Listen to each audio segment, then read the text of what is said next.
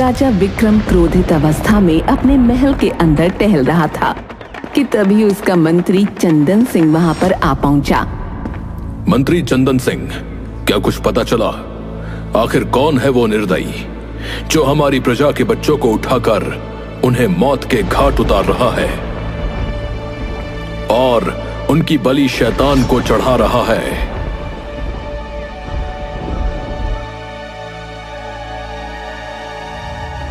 महाराज, हमें पता लग चुका है, लेकिन आप उसका नाम नहीं सुन पाएंगे। हमारी बात का सीधे सीधे जवाब दो मंत्री चंदन सिंह। वो चाहे कोई भी हो, हम उसे छोड़ेंगे नहीं।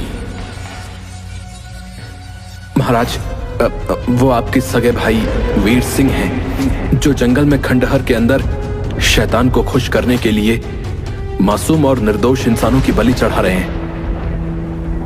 मेरा भाई हो या पिता, न्याय सबके लिए बराबर है। जाओ, जाकर मेरे भाई को तुरंत बंदी बनाकर यहां पर लेकर आओ।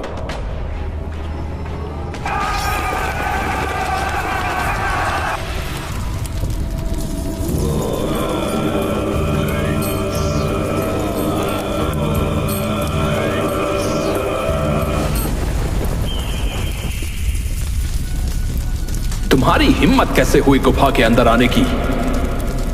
एक सैनिक ने गुस्से से वीर सिंह की ओर देखकर कहा। महाराज ने तुम्हें बंदी बनाने का आदेश दिया है। वो तुम्हारे लिए महाराज होगा, लेकिन मेरे लिए उसकी हैसियत चींटी के बराबर भी नहीं है। जाओ, जाकर कह दो अपने महाराज से कि प्रातःकाल मैं स्वयं आकर उनसे बात कर लूंगा। तुम कोई महाराज नहीं हो जो हमें आदेश दोगे।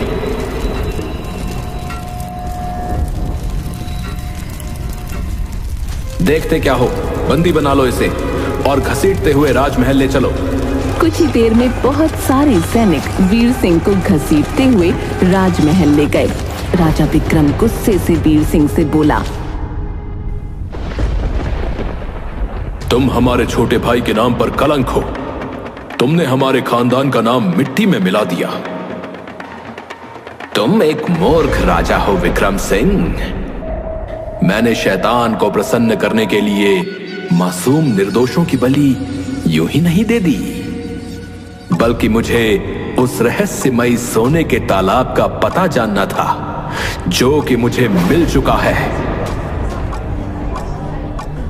संसार का कोई भी सोना किसी की जान से बढ़कर नहीं होता छोटे भाई। तुमने जो अपराध किया है, तुम्हें उसकी सजा मिलेगी। तुम्हें कल सरेआम प्रजा के सामने मौत के घाट उतार दिया जाएगा। इतना बोलकर राजा सैनिकों से बोला, इसे कारागार में बंद कर दो। सैनिकों ने घसीटते हुए वीर सिंह को कारागार में डाल दिया। अगले दिन जब सैनिक वीर सिंह को फांसी पर चढ़ाने के लिए कारागार में लेने पहुंचे, तो वहां वीर सिंह नहीं था। एक सैनिक दौड़ते हुए विक्रम के पास जाकर बोला, महाराज, आपके छोटे भाई वीर सिंह कारागार में नहीं है। ये कैसी बातें कर रहे हो तुम? उसे आसमान खा गया या जमीन निकल गई? जाओ, जाकर ढूंढो। मुझे किसी भी हालत में वीर सिंह चाहिए। सैनिकों ने जंगल और राज्य का एक एक चप्पा छान मारा, मगर वीर सिंह का कहीं कुछ पता न चला।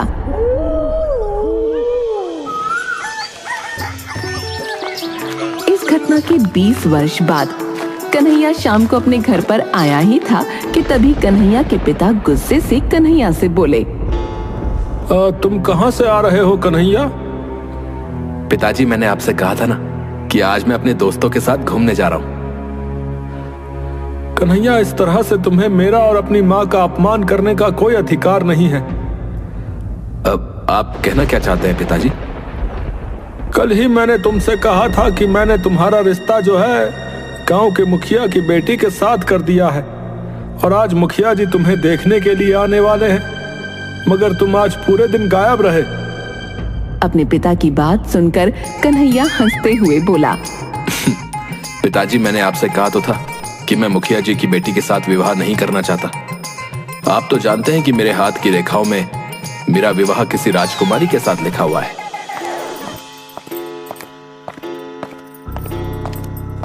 तभी कन्हैया की माँ क्रोधित होते हुए कन्हैया से बोली, बचपना छोड़ दो कन्हैया।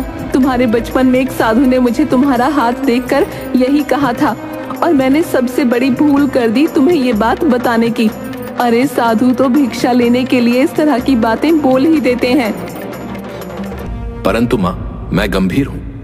आप माने न माने, मेरा विवाह तो इस राज्य की राजकुमारी कुसुम से ही होगा।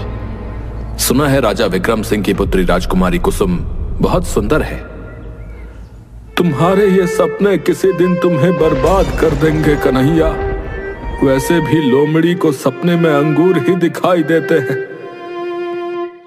कन्हैया मुस्कुराते हुए अपने कक्ष में जाकर खर्राटे लेकर सोने लगा। इधर राजा विक्रम चिंतित अवस्था में अपने महल की छत पर खड़े हुए थे कि तभी उनकी पत्नी रुक्मणी वहां आ पहुंची। आपके चेहरे पर ये चिंता क्यों झलक रही है? हमारी पुत्री कुसुम अब बड़ी हो गई है, हमें उसके विवाह की तैयारी शुरू कर देनी चाहिए। तभी वहां पर राजकुमारी कुसुम आ गई और अपने पिता से बोली, पिताजी, मैं विवाह किसी वीर पुरुष से ही करूंगी। इसलिए मैं चाहती हूँ कि आप मेरे विवाह का एक स्वयंवर रखें और इस स्वयंवर में सभी राजकुमारों को बुलाएं और उन्हें कोई कठिन कार्य सौंपें। जो भी राजकुमार उस कठिन कार्य को सफलतापूर्वक कर देगा, मैं वरमाला उसी के गले में डाल दूंगी। राजकुमारी कुसुम की बात सुनकर राजा विक्रम मुस्कुराते हुए बोला, तुमने तो वाकई मुझे बहुत ही अच्छा सुझाव दिया है राजकुमारी कुसुम। ठीक है, हम ऐसा ही करेंगे। अगले दिन राजा विक्रम ने अपनी पुत्री राजकुमारी कुसुम के स्वयंवर का ऐलान कर दिया। कन्हैया एक पेड़ के नीचे बैठा हुआ आराम कर रहा था कि तभी उसका दोस्त रतन वहां आ पहुंचा। अरे तुमने कोई खबर सुनी है कन्हैया? महाराज विक्रम अपनी पुत्री का स्वयंवर रचा रहे। सुना है कि उन्होंने आस पड़ोस के सभी राजकुमारों को स्वयंवर के लिए आमंत्रित किया है। कन्हैया तुरंत उठकर बैठ गया।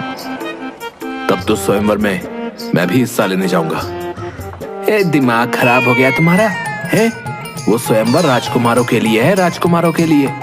और तुम कौन से राज्य के राजकुमार हो भाई? महल के सैनिक तुम्हें जो है घुसने भी नहीं देंगे। हाँ, महल में कैसे घुसना है ये मैं जानता हूँ और मैं अपने मन का राजकुमार हूँ। मैं तो वहां पर जरूर जाऊंगा। कुछ ही दिनों में वो समय आ गया। स्वयंवर में हिस्सा लेने के लिए 5 राजकुमार राजा विक्रम सिंह के महल में बैठे हुए थे। राजा विक्रम उन 5 राजकुमार की ओर देखकर बोले, तुम्हें सामने वो तलवार दिख रही है, वो तलवार मेरे पूर्वजों की है। कहते हैं कि मेरे पूर्वज बड़े ही शक्तिशाली थे। उस तलवार का भार इतना अधिक है कि आज तक उस तलवार को कोई भी नहीं उठा पाया। तुम में से कोई भी राजकुमार अगर उस तलवार को उठा लेगा तो मेरी पुत्री राजकुमारी कुसुम उसी के गले में वरमाला डाल देगी। राजा विक्रम की बात सुनकर एक राजकुमार हंसता हुआ बोला, ये क्या महाराज, मुझे तो लगा था कि आप हम राजकुमारों को कोई ऐसा अद्भुत कार्य देंगे जो रहस्यों से भरा होगा, मगर आपने तो बच्चों का कार्य सौंप दिया। इस तलवार को तो मैं ही उठा लूंगा। इतना बोलकर वो राजकुमार उस तलवार को उठाने का प्रयास करने लगा, मगर काफी प्रयास करने के बाद वो उस तलवार को हिला तक न पाया। कुछ ही देर में सारे राजकुमारों ने अपनी सारी कोशिशें आजमा ली और सब के सब सर झुकाकर खड़े हो गए। राजा विक्रम हंसते हुए बोले, क्या हुआ? क्या तुम में से कोई भी इतना शक्तिशाली नहीं जो इस तलवार को उठा सके? तभी वहां पर कन्हैया आ पहुंचा और राजा विक्रम की ओर देखकर बोला, इस तलवार को केवल मैं ही उठा सकता हूं महाराज।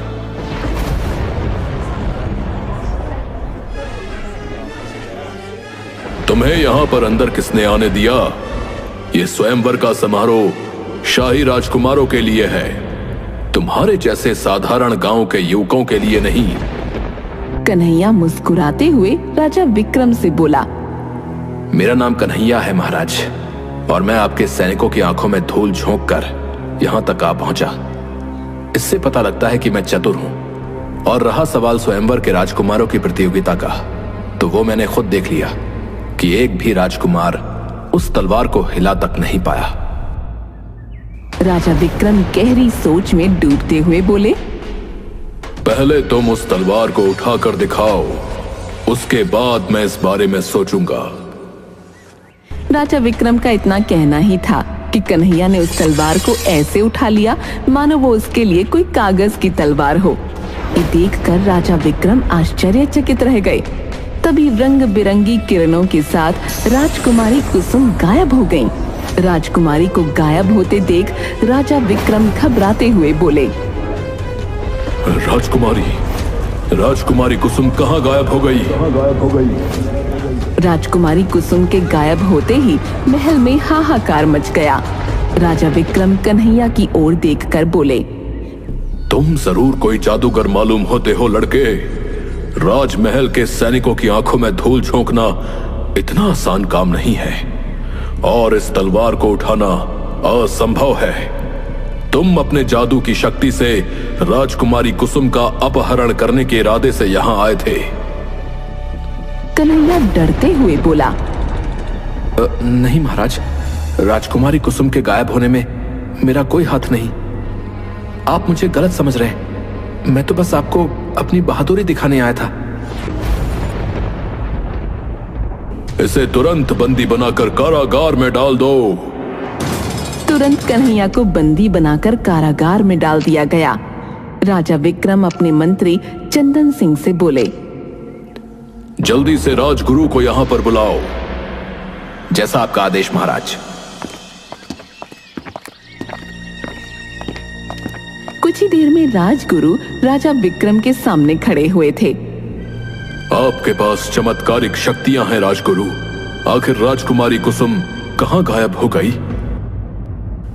चिंता ना करें राजन, मैं अभी पता लगाता हूं। राजगुरु आंखें बंद करके मंत्र पढ़ने लगे। कुछ देर बाद राजगुरु आंखें खोलकर राजा विक्रम से बोले, राजकुमारी कुसुम एक जादुई सोने के तालाब के अंदर कैद है महाराज।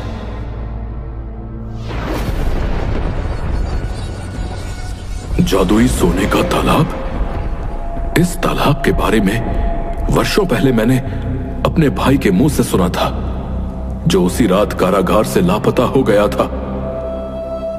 वो मुझे नहीं पता महाराज। मैं अपनी दिव्य दृष्टि से सिर्फ राजकुमारी कुसुम को जादुई तालाब के अंदर बंदी बना हुआ देख रहा हूं। राजगुरु, तो फिर राजकुमारी कुसुम को वहां से आजाद कैसे कराया जाए? इतना आसान नहीं है महाराज। उस जादुई सोने के तालाब के अंदर केवल वही प्रवेश कर सकता है जो निडर हो और जिसमें अद्भुत शक्ति हो। ऐसा शक्तिशाली जो आपके पूर्वजों की तलवार को उठा ले, वही उस जादुई तालाब के अंदर प्रवेश कर सकता है। राजगुरु की बात सुनकर राजा विक्रम राजगुरु को स्वयंवर की सारी घटना बताते हुए बोले, मुझे लगा था कि उस व्यक्ति ने अपने जादू की शक्ति से मेरी बेटी का अपहरण किया है। नहीं राजन, उसमें उस बेचारे का कोई दोष नहीं, बल्कि अगर तुम्हारी पुत्री को कोई बचा सकता है तो केवल वही व्यक्ति बचा सकता है। उसे तुरंत कारागार से बाहर करो। कन्हैया को उसी समय सैनिक कारागार से बाहर निकाल लाए। राजा विक्रम कन्हैया की ओर देखकर बोले, मुझे क्षमा कर दो कन्हैया, मैंने तुम्हें गलत समझा। कन्हैया, केवल तुम ही हो जो राजकुमारी कुसुम को सोने के जादुई तालाब के अंदर से छुड़ाकर ला सकते हो। मैं तुम्हें उस जादुई सोने के तालाब के कुछ दूर तक ही पहुंचा सकता हूं, क्योंकि किसी ने उस जादुई सोने के तालाब के इर्द गिर्द काले मंत्रों का सुरक्षा घेरा लगा रखा है। कन्हैया मुस्कुराते हुए राजा विक्रम की ओर देखकर बोला, मैं तैयार हूं महाराज, परंतु अब मेरी एक शर्त है। कैसी शर्त? अगर मैं आपकी पुत्री को यहां लाने में कामयाब हो जाता हूं तो आपको अपनी पुत्री का विवाह मुझसे कराना होगा। कन्हैया की बात सुनकर राजा विक्रम गहरी सोच में डूबते हुए बोले, ठीक है, मैं तैयार हूं। राजा विक्रम की उस तलवार को उठा लो कन्हैया। वो तलवार कोई साधारण तलवार नहीं, बल्कि अद्भुत शक्तियों की तलवार है। उस तलवार से तुम उस व्यक्ति का बहुत आसानी से वध कर सकते हो जिसने राजकुमारी कुसुम का अपहरण करने की हिम्मत की है। मैं तुम्हें उस जंगल तक पहुंचा देता हूं जहां पर वो जादुई तालाब स्थित है। इतना बोलकर राजगुरु मंत्र पढ़ने लगे।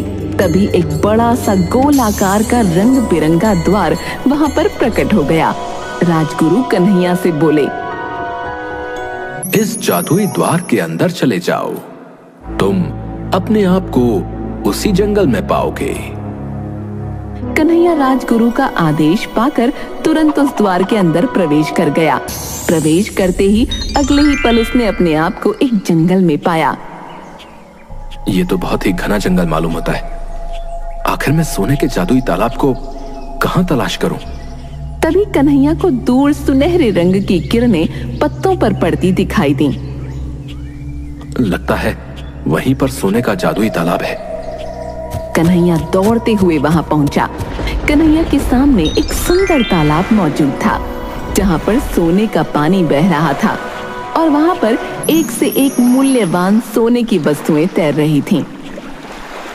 इतना ढेर सारा सोना, अगर मैं ये यहां से ले जाऊं तो मैं राजा विक्रम से भी बड़ा राजा बन सकता हूं, परंतु मुझे सोना नहीं, राजकुमारी कुसुम चाहिए। इतना बोलकर कन्हैया उस जादुई सोने के तालाब के अंदर कूद गया। अगले ही पल कन्हैया ने स्वयं को तालाब के अंदर बने हुए एक सोने के खंडहर में मौजूद पाया जहां राजकुमारी कुसुम डरी हुई खड़ी थी और सामने एक व्यक्ति काले वस्त्र पहने हुए खड़ा हुआ था जो मंत्र पढ़ रहा था। वो व्यक्ति कन्हैया को देखकर गुस्से से बोला, कौन हो तुम? ये तो मैं तुमसे पूछना चाहता हूं कि कौन हो तुम और तुमने राजकुमारी कुसुम का अपहरण क्यों किया?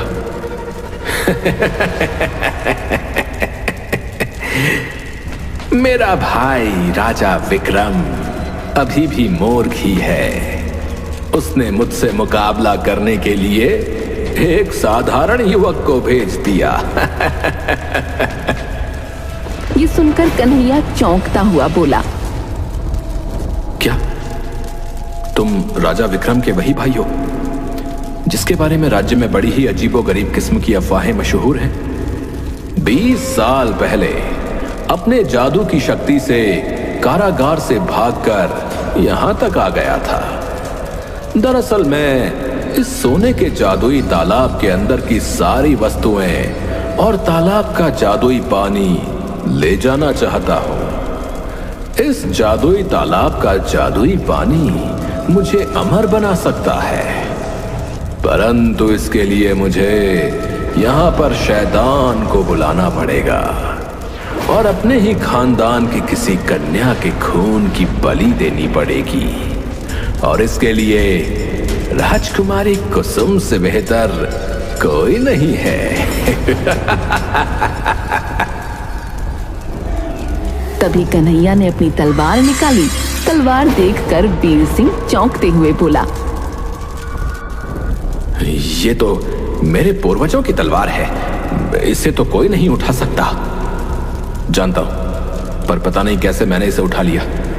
शायद तुम्हारी मौत मेरे ही हाथों लिखी थी। मैं जानता हूं कि तुम राजकुमारी कुसुम को इतनी आसानी से मेरे हवाले नहीं करोगे। उसके लिए मुझे तुम्हें मारना पड़ेगा। इसके बाद कन्हैया और वीर सिंह के बीच भयंकर युद्ध हुआ और अंत में कन्हैया ने अपने इष्ट को याद करते हुए कहा, मरने के लिए तैयार हो जाओ, इतना बोलकर कन्हैया ने तलवार से सीधे वीर सिंह पर वार कर दिया। वीर सिंह चीखता हुआ वहीं पर ढेर होकर गिर गया। आपके शौर्य और बहादुरी की मैं कायल हो चुकी हूँ। राजकुमारी, मैं तो बरसों से आपको अपना बना चुका हूं। आइए अब महल की तरफ प्रस्थान करते हैं। अगले ही पल रंग बिरंगी किरणों के साथ राजकुमारी कुसुम और कन्हैया ने स्वयं को राजमहल में पाया। राजा विक्रम सिंह खुशी से चीखते हुए बोला, तुमने तो कमाल कर दिया कन्हैया, तुम ही मेरी पुत्री के पति बनने के लायक हो। मैं अपनी पुत्री कुसुम का विवाह अभी और इसी समय तुमसे करूंगा। अब मुझे विस्तार पूर्वक बताओ कि आखिर मेरी पुत्री का अपहरण किसने किया था? कन्हैया राजा विक्रम को सारी घटना बताते हुए बोला,